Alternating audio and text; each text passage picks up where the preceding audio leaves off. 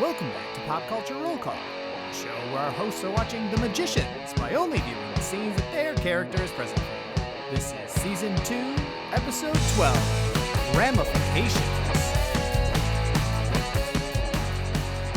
Welcome back to another episode of Pop Culture Roll Call. I'm your host, Mike. I'll be watching everything from the point of view of Penny. Left me as always. It's Sasha, and I watch everything from the point of Marco. In front of me as always. It's Colin. I watch everything from the point of view of High King Eliot, as always. And right here, right now.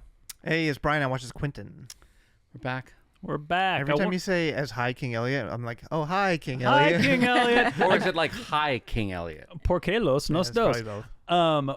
I wonder if I should be referring to myself as the artist formerly known as High King Eliot. I don't know if I'm High King anymore. I think you still are. I think I am, like... Do you have a guitar with the funky cymbal? No. What Do is I happening need here? one? That's fair. It's Prince joke. The artist formerly known as How is that Prince. related? Oh He my went by God. The artist Formerly known as Prince. Yikes. I think Elliot still sees himself as being the king of Fillory, but I'm not sure. I guess we You do absolutely find out. are. We confirm In this verbatim episode. that you are still High King of Fillory. Yeah, I'm just not allowed back in to do my damn job. That'll happen. You getting cooed?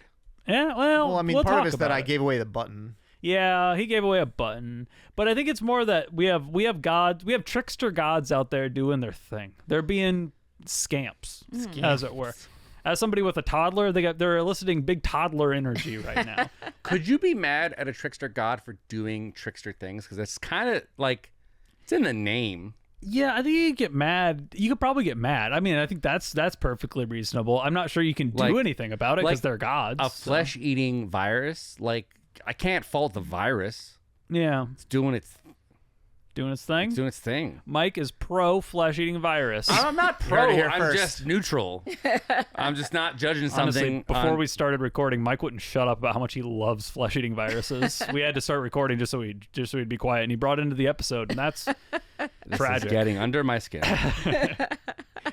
I start with credits this week. How about everybody else? Credits. Credits. I start with scenes. I love scenes. That's why we do this podcast. It's me, the Russian guy, and Julia in Russian land, which is Antarctica or whatever. Aren't they in the South Pole? Are you referring to Is that not Antarctica as Antarctica? what? Well, I was saying, what we said Russian land too. I was trying to parse out where they actually- Notoriously Russian land, Antarctica. Yeah, right. Yep. What's his name though? Too, because we talk about it. Marakovsky. Marakowski. Something like that. Yeah, we have some more information on him later, so I needed to remember his name because I forgot to write it down. So glad it came up organically. We're trying to convince him to help us bring Alice back to life because we stole her shade. And he's basically like, no one's ever brought a Niffin back to life. And we're like, well, no one's ever tried it with their shade before. And like the math hasn't added up till now. Right. And he's like, it's a bad idea. And we'll like, oh, fine. We'll take it to Fog then. And that pisses him off. I think we like went to him because we knew Fog probably wouldn't do it. Yeah. And we knew that Fog is like a button we could push with this guy. Yeah, Sure. I feel like you're looking for somebody who's willing to get in trouble, maybe take risks, whereas Dean Fogg, I feel like, is already tired of our shit. A little bit. Yeah. He says, with one morning fart, I release more magic than Henry Fogg has in his whole life. So Okay. That's So descriptive. there's a history here. Well, the history is that he probably fired him for sleeping with his students. Yeah. Dean Fogg was probably the dude who sent him to Russarctica or wherever he is. Russarctica. And we're like, well, if you can't do it, he's like, no, you can't, I won't. Which is great. That's a good way to get around that very obvious logic loop they're trying to trap him in. But he brings up that like the energy required to do something like this would take like 100 master magicians working together. Oh, it's a lot. 12.21 gigawatts. And that's when Julia notices the batteries of magical energy he's been storing that they set up before. That's right. And he's like, oh, I can't spare these. I need all of them. It takes years to make. And These ones are all mine. I don't know if he ever said what they're for other than No, like, we know. the wellspring is going Yeah, dry. Yeah, in he wanted case. a reserve. Yeah. He's doomsday bunkering magic. Yeah, That it's- is actually It's what's happening. strategic reserve. Yeah. Yeah, it's we do it with nuclear warheads. Canada does it with maple syrup. We're different countries. We're just not the same. I mean, with We're built enough different. maple syrup, you could cause some damage. True. True. I don't Your quite think metabolism. that's what they're doing with the maple syrup. It's a slower death. I mean, you give someone enough maple syrup, it's a path to diabetes. Great it's a path molasses to flood all over again. maintaining That's your true. blood sugar level. That did happen in Boston. Man, Ugh. think about that's the way that you go. Out of all the things that could get you in Maple your life, syrup? you're just like walk into the corner store for a pack of smokes and you drown in delicious maple syrup. I hate to laugh at people dying in history, but that's a pretty funny way to go. It's crazy. That's a pretty crazy one. Anyways, we're like, well, what's more important than a life? Which is not the argument for this guy. He's like, you talk like life means anything, which is kind of weird in a world where like ghosts explicitly exist. Yeah, like, right. Life kind of like, I don't know, whatever. And so we're basically just like, hey, like you don't do anything except sit around and drink while we're like taking action, trying to just guilt trip him in, because part of the logic here is Alice came to break bills because her brother became a Niffin. Yes. Her brother became a Niffin because Emily was his friend who fell in love with this Russian guy. Oh, yes. This is his fault. 100%. And it like destroyed her. Yeah. And then, right? So like there is a direct chain of events from This is your fault. Actually, his yes. actions to Alice becoming a Niffin. I am completely on board with this. But like on the surface, it is the most wild. How is this my fault? It's like, oh, okay. Yeah, and this guy sucks, so I'm cool with it. Yeah. I'm like, yeah, actually, this is your fault. Yeah.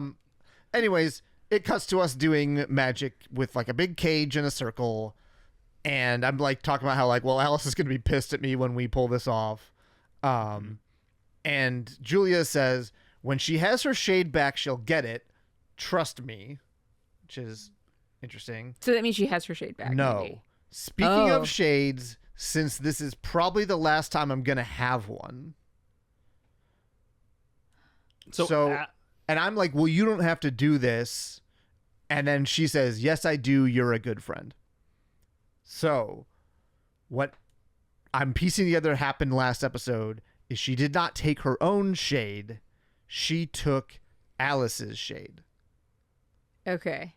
So I do a spell here. Like the first part of the spell is I need to separate the shade from Julia. I thought they saw. She smuggled her- Wasn't he like walking? Weren't you like walking out with the Yes. little girl? Yes. Which is her leaving with the shade. And then she absorbed the shade. Yes. And now you're doing a spell to then remove the little girl. She smuggled. Yeah. But you can only smuggle one because you only have one shade slot. Yeah. Yeah. And You it's can't sold equip Not out. until level 12. So and then you once you unlock hit level another 12, one. you can Yeah, equip a do second another- one. Yeah. Oh my and god. kind of like PvP versus like a Well, PvE. at level 9 if you take a feat, but you know we're Yeah, not yeah, there yeah, yet. yeah. Anyways, I go to the Interesting. armor and do a Ability skill. spell that sounds gross. It's like wet, like, you know, Squelching? the squelching noises Squelching? That's one where of my like favorite descriptive words. It's my new Squelch. company. It's a tech company called Squelch. No vowels. No. SQLCH. Yeah. Squelch. and Pretty good. now Alice's shade is here in the cage, and then we kind of like leave the shade in the cage, close the cage behind her. The professor starts doing some spell with the batteries. Yeah. And I start doing another spell. Alice's like Niffin is here, who just starts screaming and is pissed off, and she'll say, Okay, I'll not burn like- your life for this and whatever. I do the spell. Her demeanor changes a little bit when she realizes that like I might be able to pull this off, and she says, please, Quentin, don't. And basically her shade and her start glitching, and basically bunch of sparks. Now Alice is here. She like kind of looks up at me, and then credits. So who was saying Quentin don't? Was that Niffin That Alice? was Niffin Alice saying Quentin don't, and Got then it. the spell finished. Not for and she nothing. said nothing. I wonder if this, and maybe we'll get an answer to this, but I wonder if it's like she's finally like with her brother or something and is doing this like Buffy like pulled you out of heaven moment. No. Like, I mean, I don't get that. That's not the impression I get of like what a Niffin is. yeah. I was just kind of But she curious. could have why been Alice- happy in like obviously she wanted to be like the Niffin Alice Yeah. wanted to be a Niffin Alice. Oh, fair. So it was more like, yeah. Okay, I was Right. trying to figure out why Alice wouldn't want to be returned. I think back because she's trying to do this crazy spell with her priest friend to, got and it. everything else, Oh, right? Sure. She has other things going on. Yeah. Got it. That we probably don't see, but credits. Credits. I promise they did it. Cool. How about right after credits? My first scene is talking to you. talking to Quentin. You want me to break it up a little bit? Sure. I mean, I don't know what you're up to. I mean, yeah, go for it. I'm in the library, chatting up with our new friend, probably mafioso daughter Sylvia. Do you have anything, Stash? Yes. I don't like that Okay. tone. Technically, is it just opening credits and closing credits? No. Okay, fair enough. We're gonna get a. I had a screen that was black and I was on a phone. I can't wait. All right, well, slot yourself in where you need to be slotted in, I guess. So I'm chatting with Sylvia, Yeah, Sylvia's so last episode you new librarian coworker, right? who wants to help me break into the poison room. Daughter of the mobster. I remember. Mobster daughter. Mobster. Yeah. That was it. Not Meadow Soprano. But we decided to team up because she's has some ideas and I'm starting at square one, so I'd save some time by teaming up with her. So I get some information about the poison room. Essentially, the code to the door changes every couple of hours, and the door itself is warded and alarmed. How would you remember a code? I guess you just have. I mean, it's got to be one of those like. Inherent. There's got to be a. Well, no, it's more Maybe like it's a Maybelline? fob style situation. Yes, like a fob. the people who have it have like a bound like key that cycles a code and that kind of a deal. It has to be. Yeah, I doubt you could just remember. It's like, well, it's Thursday the 28th at 7, so the password is Right. There's just no way. Yeah, unless it's like based on some. I mean, I know some. Which I mean, wouldn't be secure at all if it was like actually predictable. yeah, exactly. Because I mean, I do. Whenever I make my passwords, I have I put it through like a little like math problem basically that turns it into a secure password based on like what website and stuff it is. But I can't imagine if you're trying to make a hyper secure vault, you're going to do something that's more predictable like that. No. Yeah. Anyway. And then she's like, well, don't forget it's booby trapped. Yeah. It's So poison. instead of going through the magical dismemberment door, let's go through the back way. The door that isn't just a door, it's a portal to another world where the poison room is. Oh, and I'm like, so if we find the right fountain, right. we can use the fountain to go to the poison room. And she's like, yeah, I've heard librarians whispering about it. Apparently the poison room fountain has a stack of books for a statue, and if we split up, we could probably find it in like a couple of weeks. And I'm like, weeks? No, I got it. Think hours. And she's like, what makes you so cocky? I'm like, well, I'm a traveler, and for once it's not fucking me. And that's where we leave that scene. Oh, so because you could just teleport. Yeah, I could just go looking Yeah. for... Bamf, bamf, bamf. Yeah, I could bamf.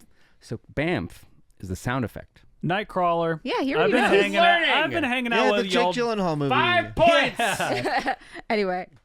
I love learning. I guess me, because Stasia has next to nothing allegedly, That's true. and your next scene's with me. Yep. So I'm basically, Alice is in a room and she does not look happy. And I'm kind of talking to her about like, you should eat bland foods because your body's not ready for it. I brought you some clothes, like whatever, right? She's not responding to me. And all she says is, why? And I'm like, why what? Like, why did I bring you back? Like, I couldn't leave you like that. To which she responds, fuck you. That's Yeah. what I'm saying. It seems like she wants to be a Niffin.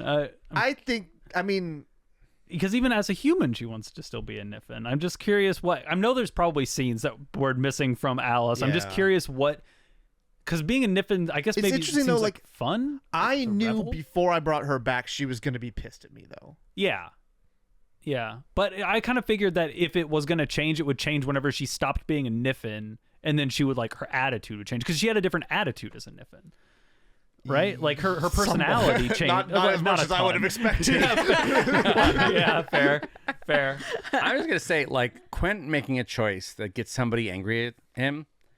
Have we not been here? Is this main move? This is kind of the only option we Yeah. got. Well, Brian, tell us more. Like, do you get any hints of what's going on? She's just pissed. Why?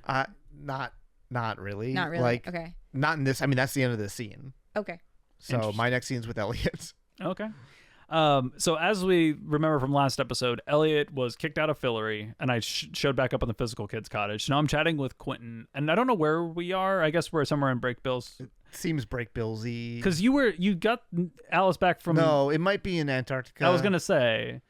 Is it there? Because I don't It's know how unclear. I got We're there. like globe-trotting in this episode. Right.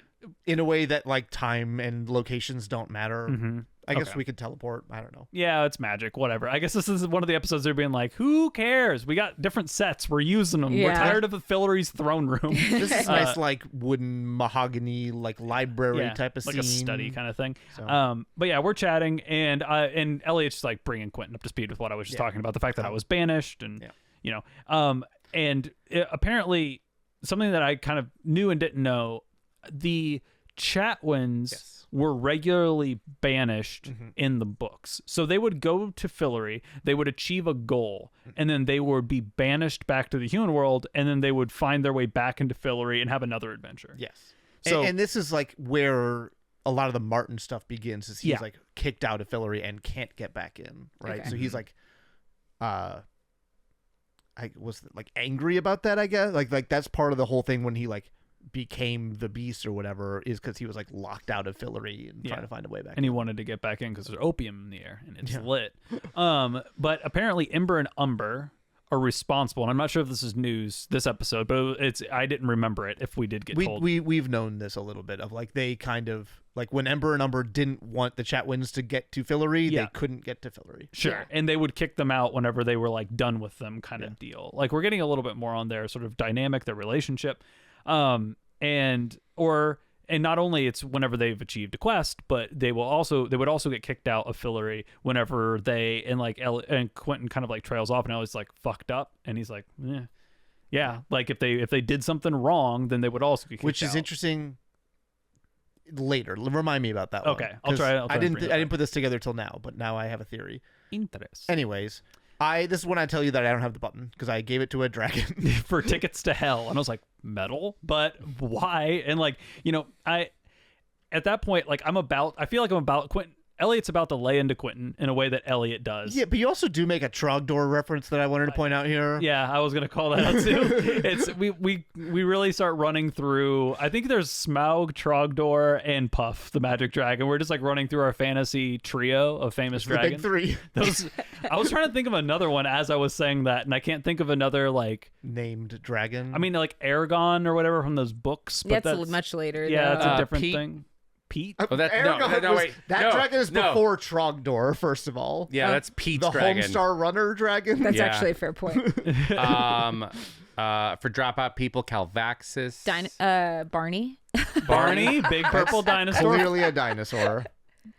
Big, Big purple I guess dinosaur. Dragon is. He's Yeah. actually You a. work in a museum, No, Stasha. I know, but like I'm trying to like Are guess it's fantasy. Are there a bunch of dragons in your Notorious museum? Dragon Sue.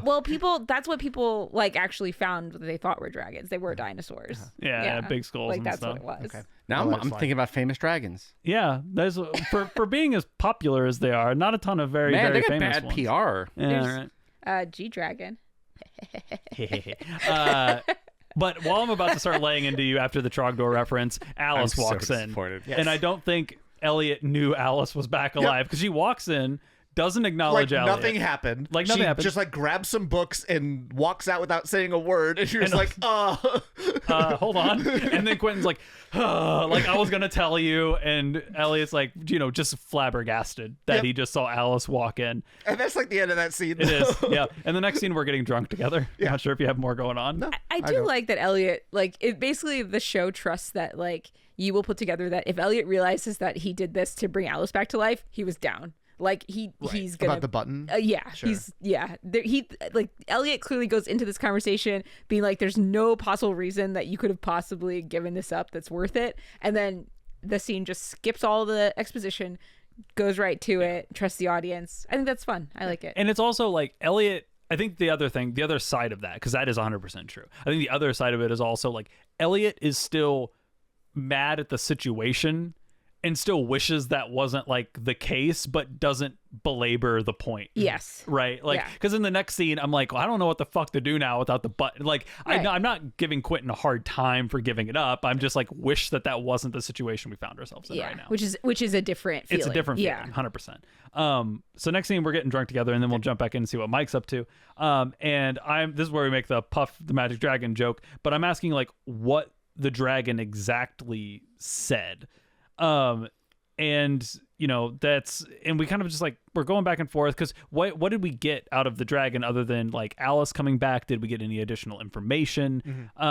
And we kind of don't really get much of an answer there. We start talking about Mayakovsky. Yeah, and you make a reference here that like he's the most powerful magician on Earth. That's most of my notes for this scene are that, because I don't like on Earth is a actually big qualifier Sure, here. fair Yeah, enough. definitely. But like that's an interesting tidbit here. It's Yeah. like he is super powerful. He is a dick, Yeah. but if you need something done, he can probably do it. Right. Which I guess we didn't quite know. We knew he was a powerful magician, but I guess a ranking system, like power level kind of thing. Like I didn't quite Definitely not. clock that he was the strongest living human on the planet. Yeah. I'm not sure they ever implied it. Really. I don't think They They did implied either. he was like powerful. Like Yeah, there's a for reason Breakbills keeps him around instead of Yeah, just but that could be firing like him, but- any teacher with tenure, right? Like that, that could be a class of people, not like a singular position. But you're right. He did do some pretty awful stuff. So maybe that was the hint that like the trade-off. I just thought the school sucked. I, there was one moment in here that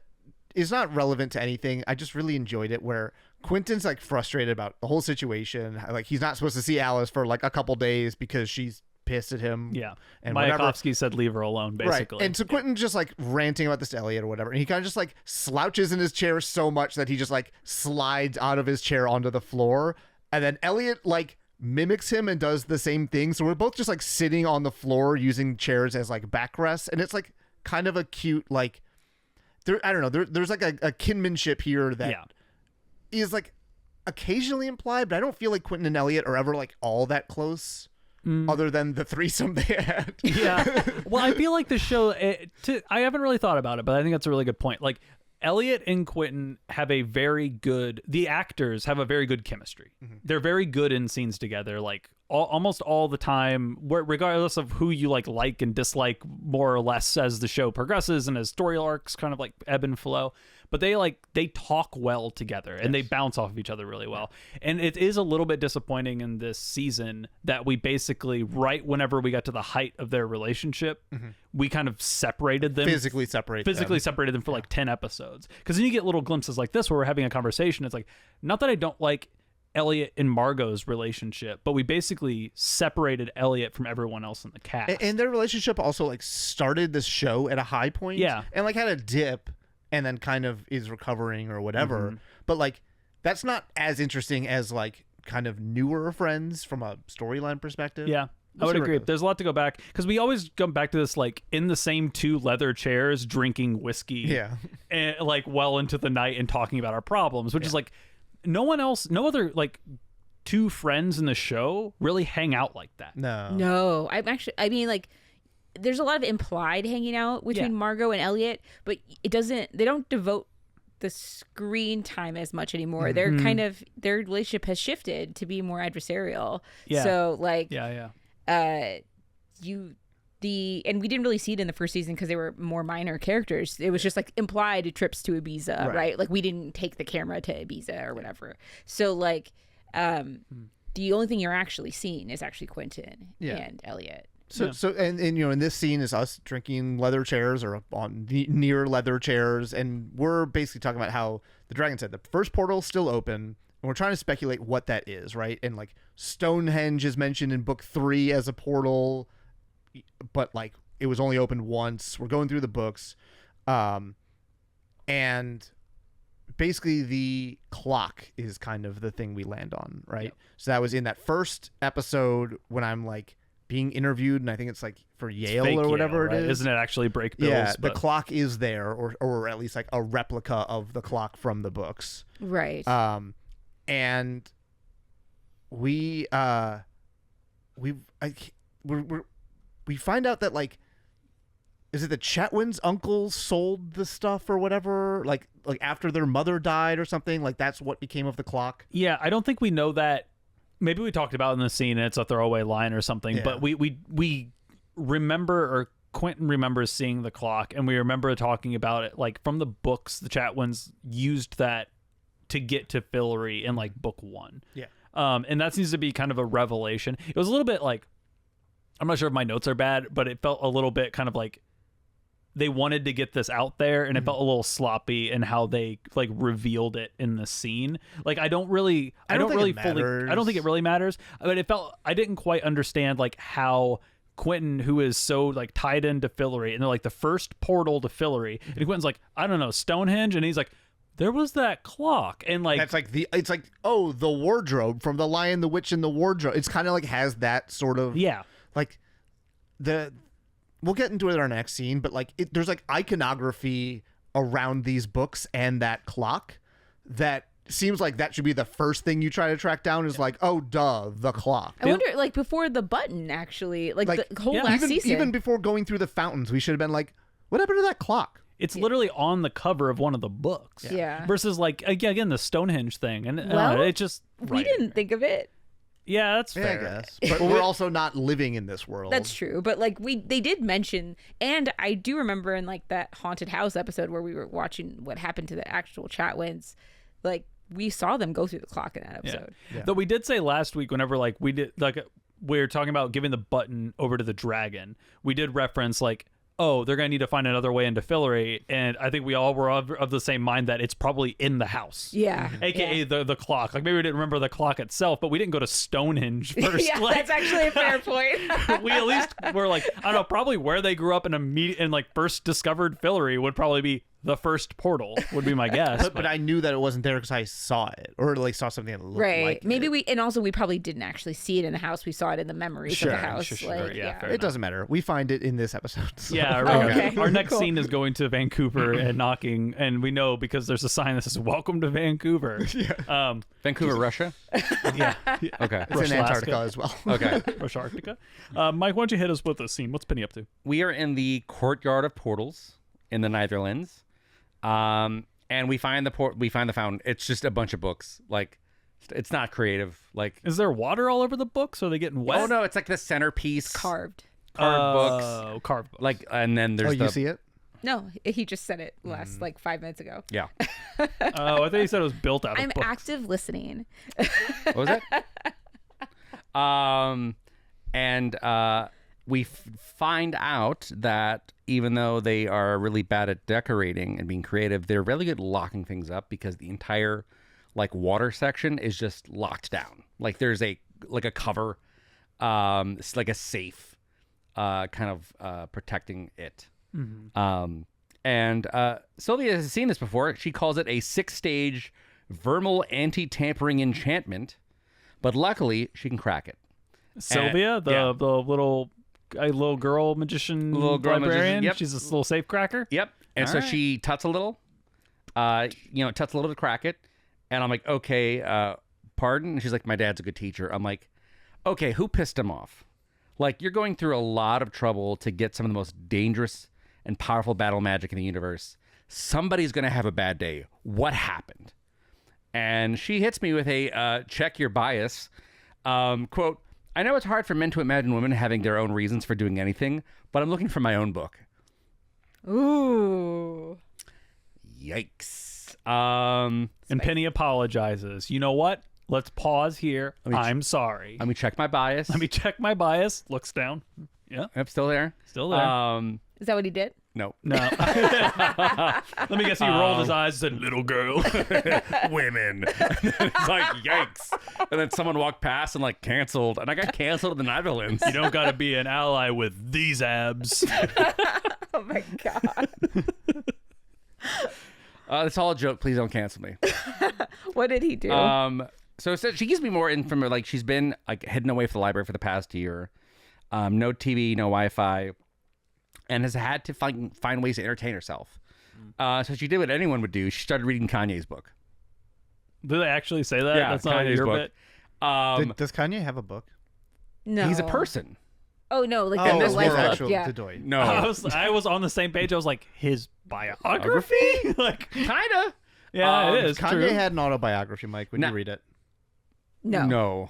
Go on. No. Mike paused. No. That was a pregnant pause in the biz. So, and here's what I have to defend. Like, not defend. Here's what I have to like contextualize. Easy now. This show Go ahead and defend Kanye West. No. This show took place when? 2016. This 16? was 16. 60s. Okay. when? 16. I thought 2016? 13. This would be So I was 2017 for season 2. Sure, yeah. Really? 2016? Yeah.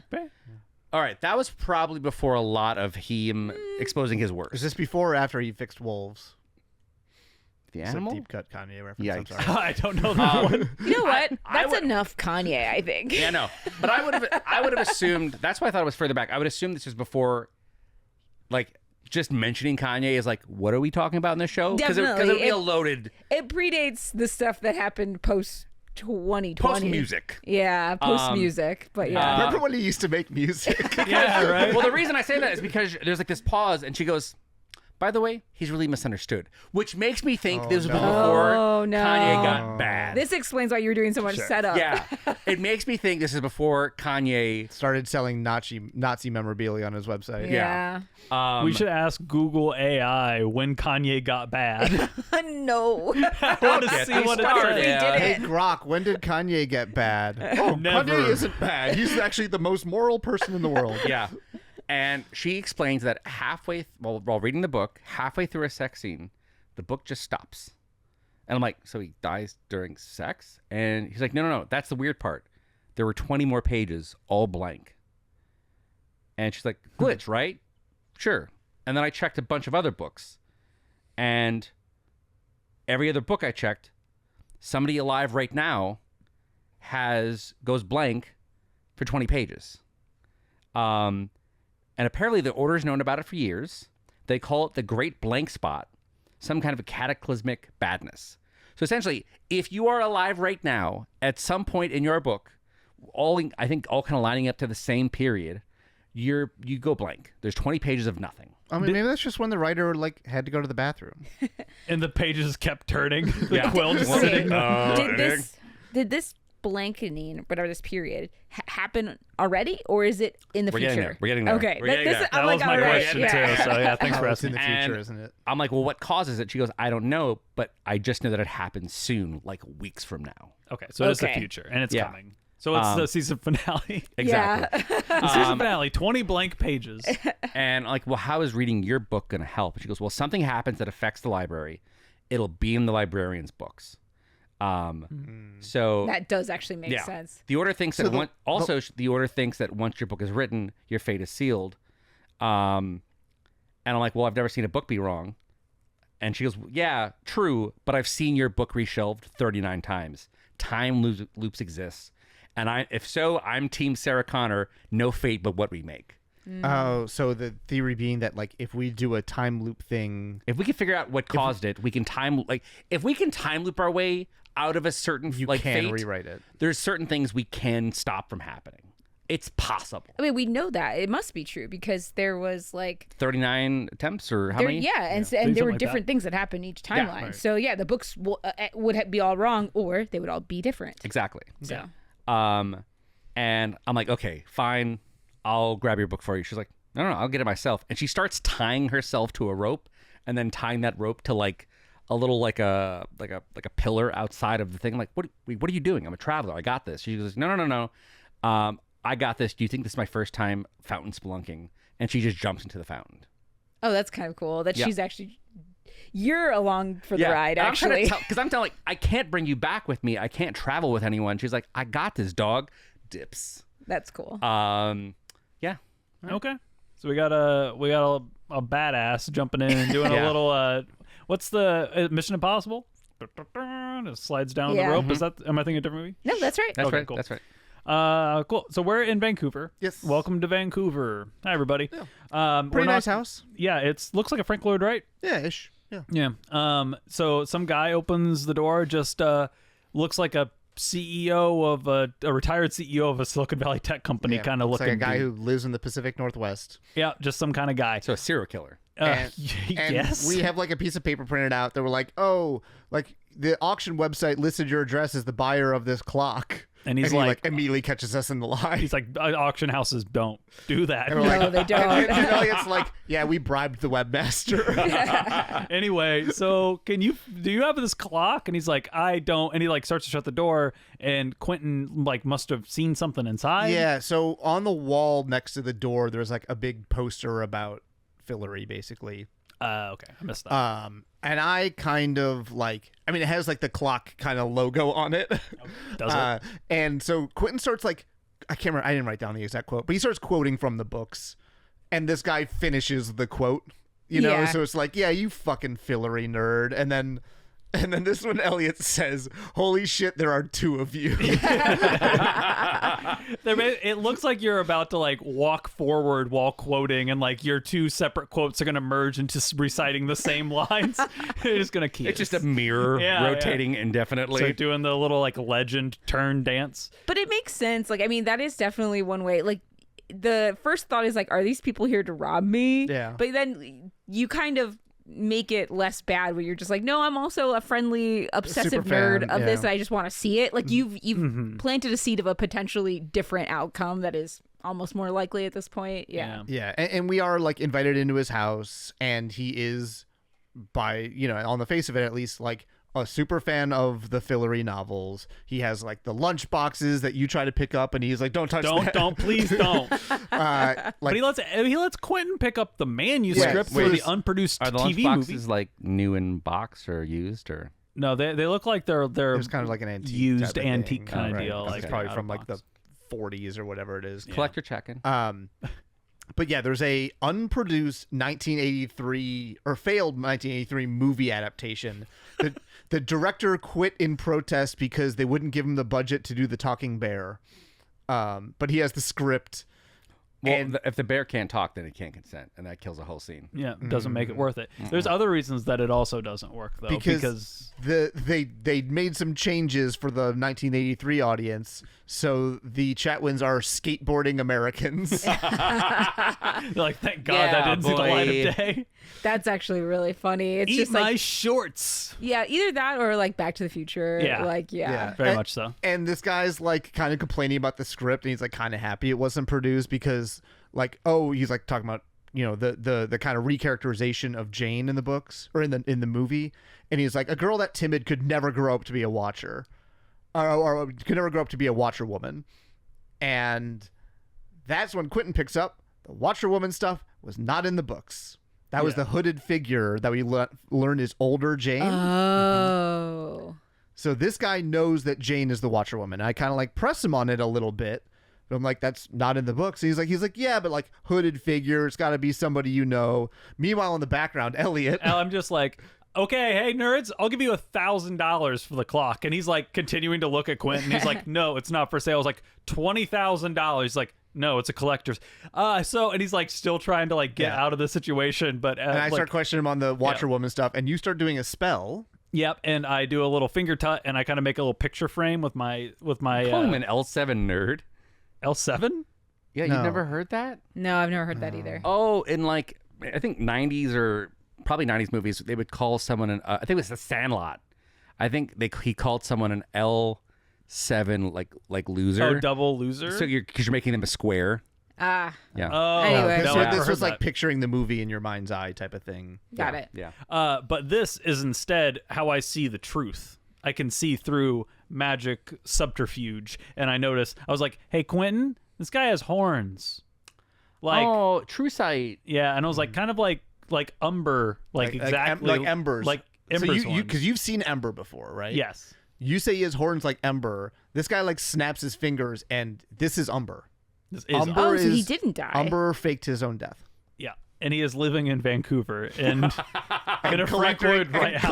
collecting There is- Fillory memorabilia. There is nothing more real than faking your own death and just moving to Vancouver.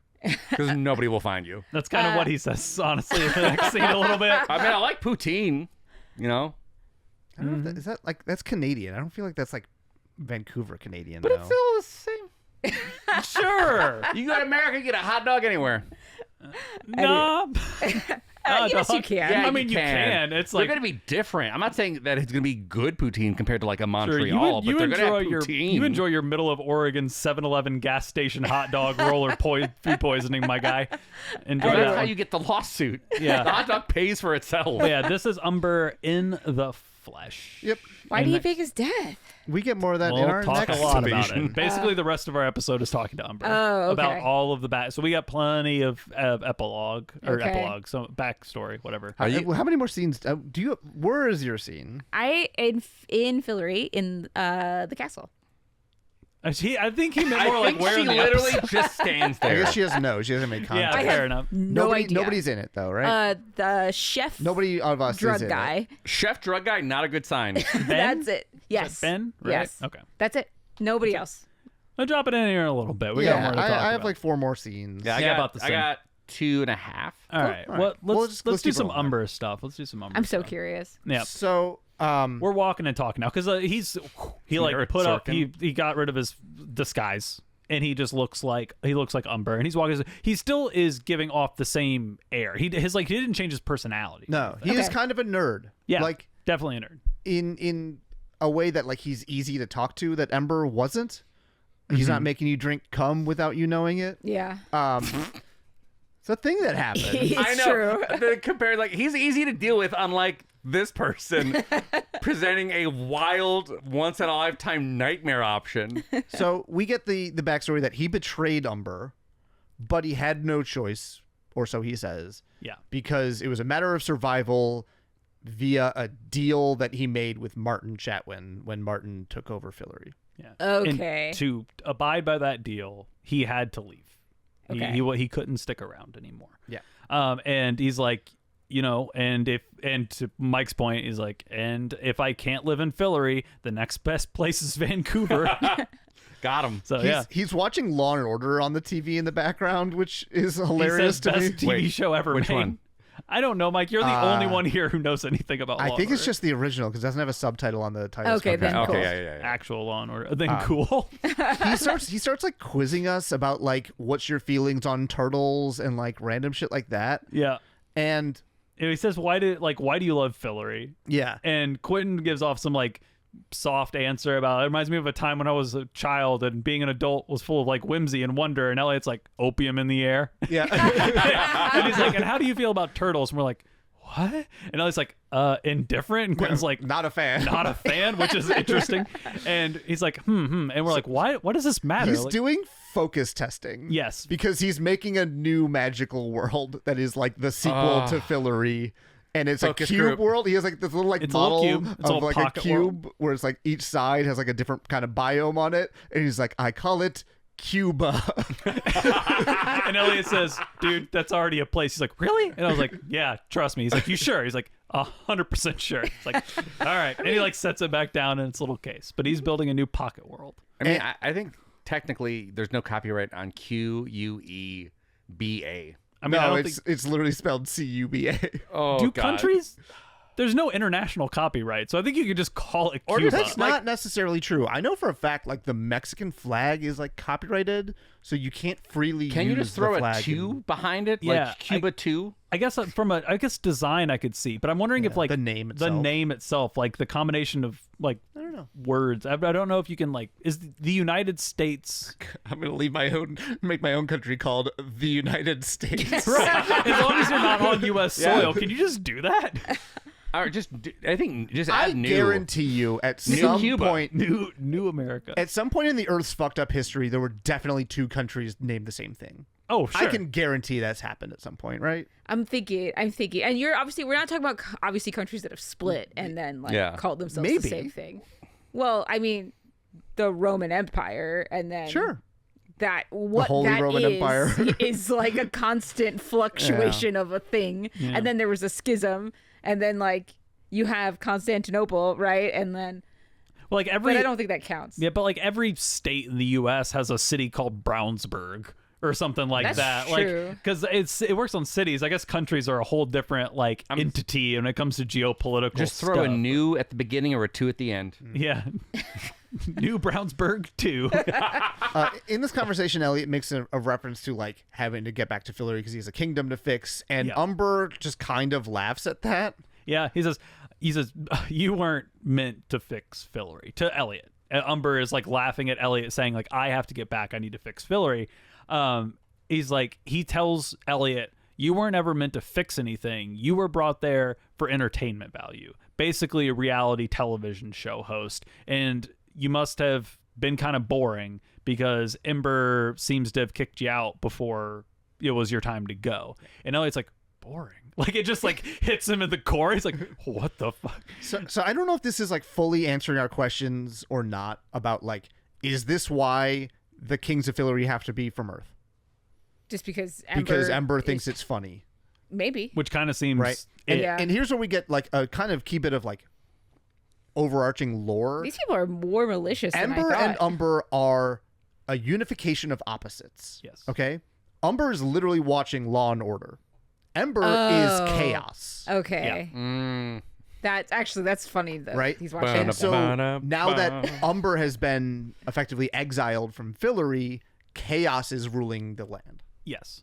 Okay. And it basically cannot be ruled. Right. And Umber like pines for the day where he was able to bring balance to Fillory, but to save Fillory, he made the deal with the Chatwins and then had to leave. But they're all dead now. They're all dead now. But I think it's like one of those like to a god a word is bond kind of thing. Like he made a promise. No take back. I would don't be know surprised. I don't know. Like, But no, I think if you're telling the god of law and order to I guess break that's his word, true. Right. Yeah. But it's like, I mean, deals are not forever. If like, hashtag no take backsies. I mean, I don't know. I feel like there's a loophole here.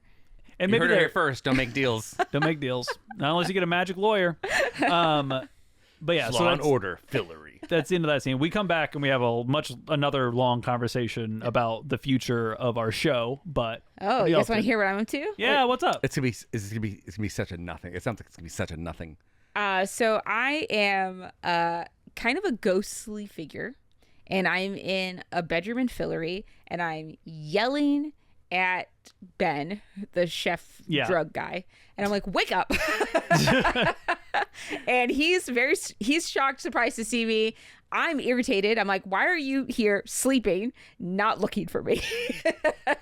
And he's completely shocked that he can even see me.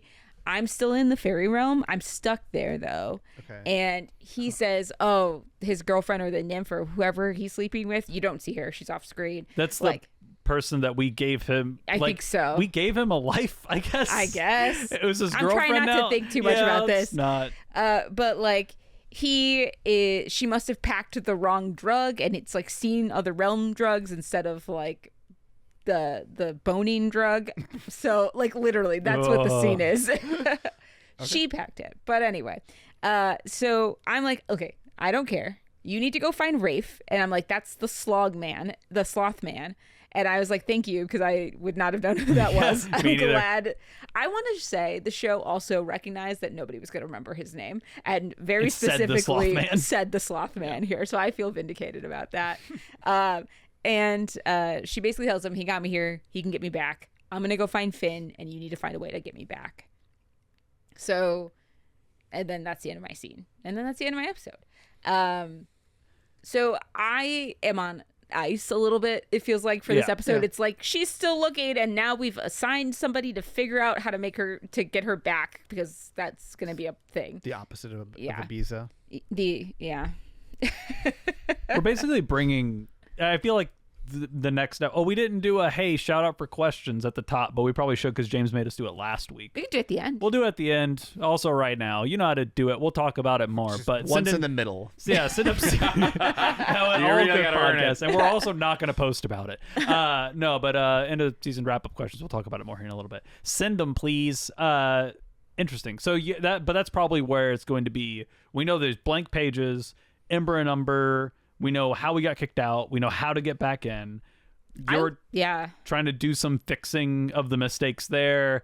It feels like we're going to have a big sort of a comeuppance with Umber at the end of this show. I also think it could be the fairies, because they are apparently like super powerful. They come and go to Fillory at will, which was the thing that we had to try really hard to do. Mm-hmm. And they just kind of appear. Yeah. So they are more powerful, and they were able to fix the magic, a thing that also nobody could do. So like, it's also possible that maybe there's a punishment, because like to the entire plane of existence in Earth, because like we're not we're double crossing these fairies. I just want to like bring this to attention because I'm very concerned about it. Like her trying to find Finn and like bring her back to Earth Right. without following through with a deal. She's reneging on a deal with fairies, with Fae, which is Don't do that. mythologically one of the worst things you can do. Yeah. So You're gonna find yourself turned into like a doll or something like that. Something. At minimum. Yeah. So like I just feel like I would like to continue to bring that to attention because like I think it's something we're gonna have to deal with. So Interesting. I wonder what Ember and Umber's thoughts on the Fae are, because I feel like they're like there's gonna be multiple extremely powerful cogs in this final war machine that we're sort of like barreling towards, right? Cool. What's Penny up to? So we are now in the poison room. Oh, you went in too? Yep. I thought you were just letting her go get the book. No, we're both going in. That's the worst of both worlds. I agree. I thought he was just gonna let her do Yeah, it. right? And it's like, hey, good news. We didn't get dropped into a lava pit. So that's going on There's for us. lava in the poison room? No. That was like a worst case scenario. I was gonna say fucking Harry Gygax but- dungeon. There is some like floaty spores everywhere, which kind of causes some coughing. And it's the like, hey, when they named it the poison room, how little do you think they were being? Huh? Did you guys not go into the poison room with any sort of readiness to deal with, I don't know, poison? I know, like an N95 mask. I was gonna say, tut a gas mask into existence. Our next line, let's do this fast. Oh, cool. We cut over to a bookshelf where I find the book, and I'm like, oh, and I look down at my hand, and like my skin's starting to bubble. Maybe a little poison won't hurt us. Yeah. Yeah. Hey, you know, You just went into the poison I'm room. hot. I'm not smart. You went through all of this. After your skin bubbles, you won't be either. No!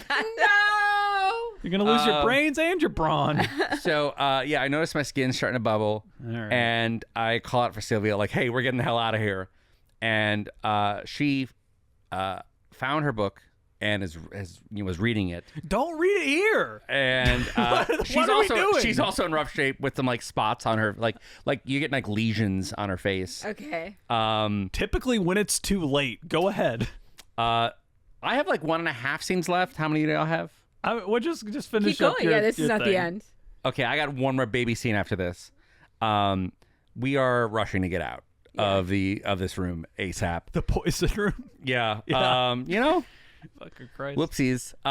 And she starts coughing pretty badly and just drops to the ground.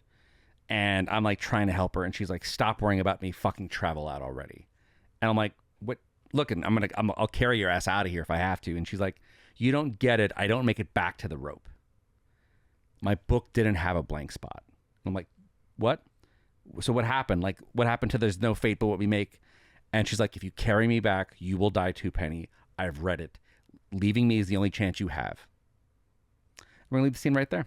You met a friend and immediately predetermination came in. And This is why you don't slaughtered make her. friends. Yeah, don't make friends. Or you could just learn real quick to travel with other people. Or you could just learn really quick that your 3-episode plan to get into the poison room maybe should have a solution for the poison in the room before you execute said plan. I don't think at some How'd point you you solve gotta, every- you gotta imagine like they named it that for like it's not the cuddle room, it's not the secret Right. No, this is pretty fine obvious. air room. I feel like I thought you guys had solved this off Yeah, screen. me I, too. like I It's like, didn't oh, room. I like the sound of that. Poison. We'll deal with that later. Yeah, we'll deal with that on the fly.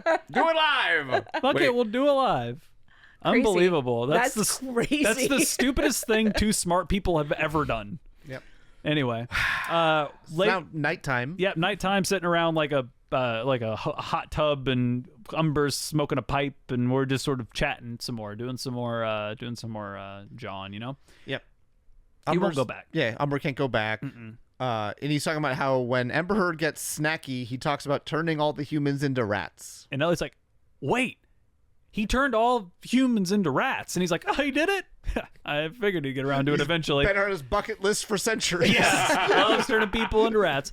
And you get the sense that, again, this is kind of like illustrating the chaos that Ember has in the world, where he's like, he's kind of like helping us understand how dangerous pure chaos is. Anyone who's played enough D&D understands like chaos and evil are different sides of the same bad coin. Like Umber, Both of them together is very bad. yes, but both of them, even separate, are both just different shades of bad. Yeah. Where like Umber, his idea of like fun and Fillory was, you know, how all the animals have sentience, and one of like the key things that he sort of mentions there is like, do you know why not all animals have sentience in Fillory?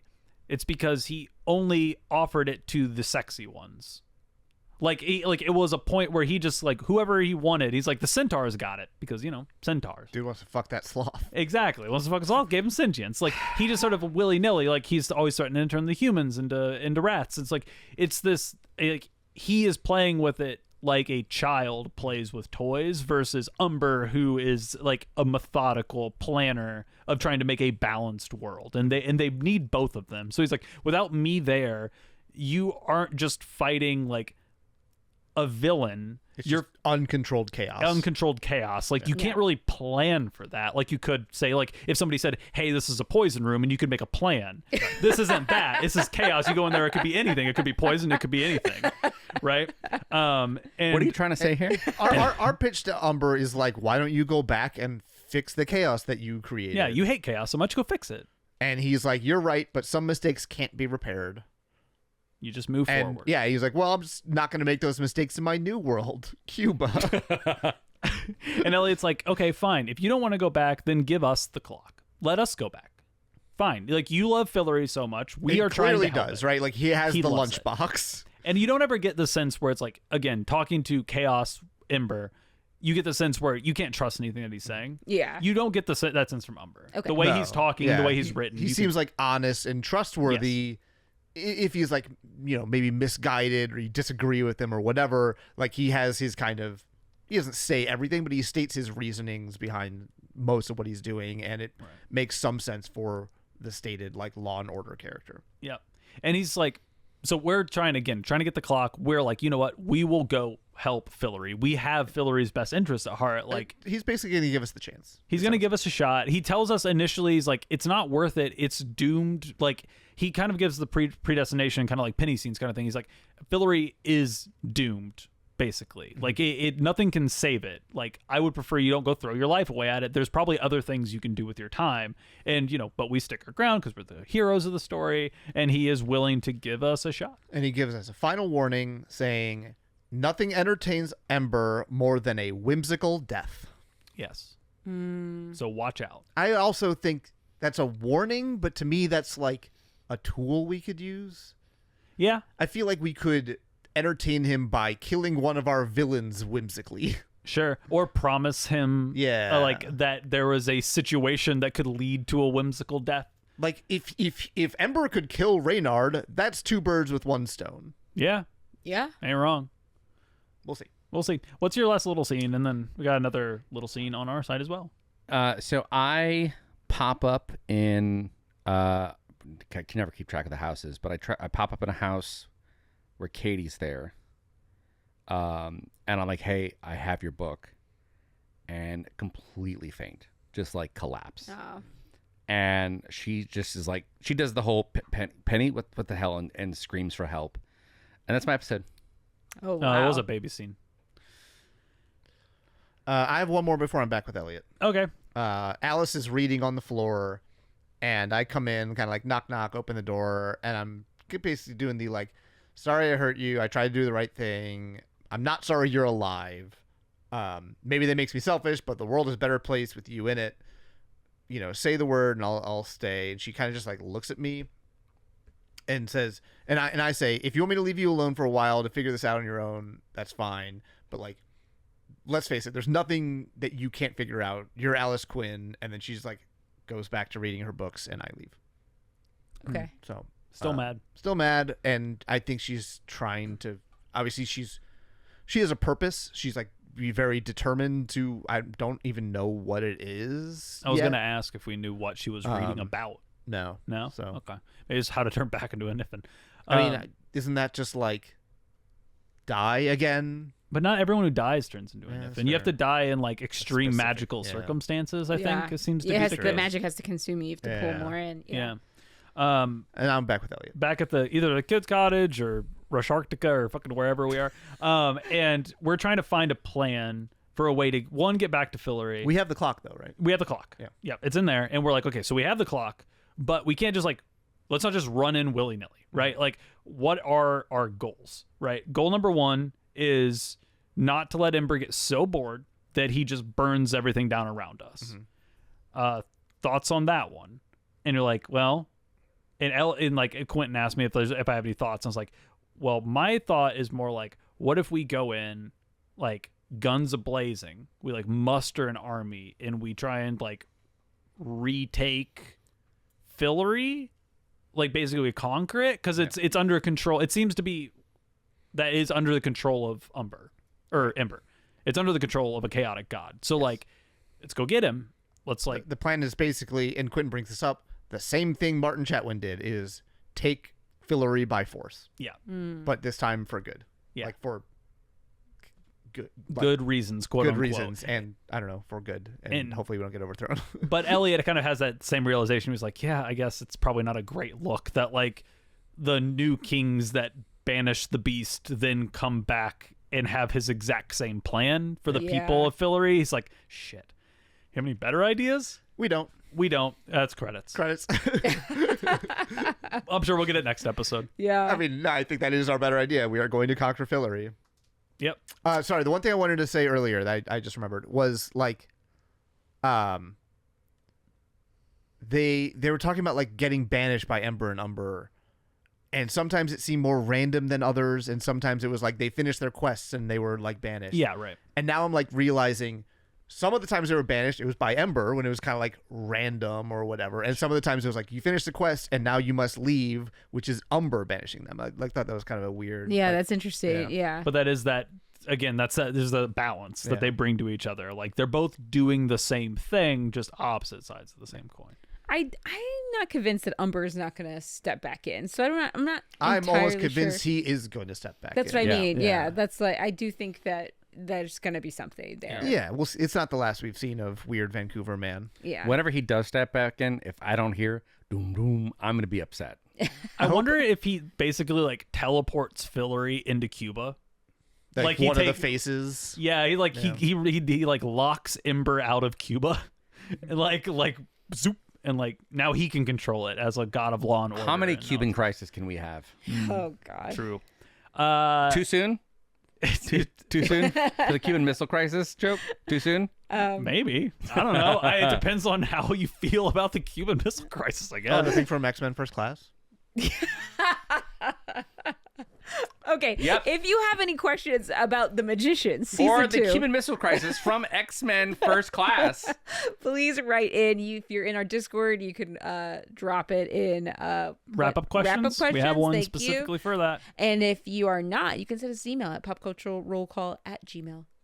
Mm-hmm. Yeah. And put those something like wrap-up questions. And if X-Men you know, Missile Crisis. and I don't think this is going to be the end of the entire show, but if it is, we're also going to be doing a show wrap-up episode that's separate from the season 2 wrap-up. So if you want to have questions for both of those, assuming this is You the would end, know. then send us those. You can look it up on Google. We can't. I suspect it is not. I think we got another That'd be season. wild if it was. Yeah. I was like 50-50-ish going into this episode, but the more that we talked about like our grand plans, the more I think we got another season. Yeah, I mean, Television, even at like least. we have two bad guys, kind Yeah. of. We have Ember and we have fairies. I'm like, we're not resolving both And of them. Reynard. And Reynard. And yeah. the blanketing. No, Reynard's going to yeah. be around another season. And the blanketing of Yeah, people's pages. we've got time, I feel.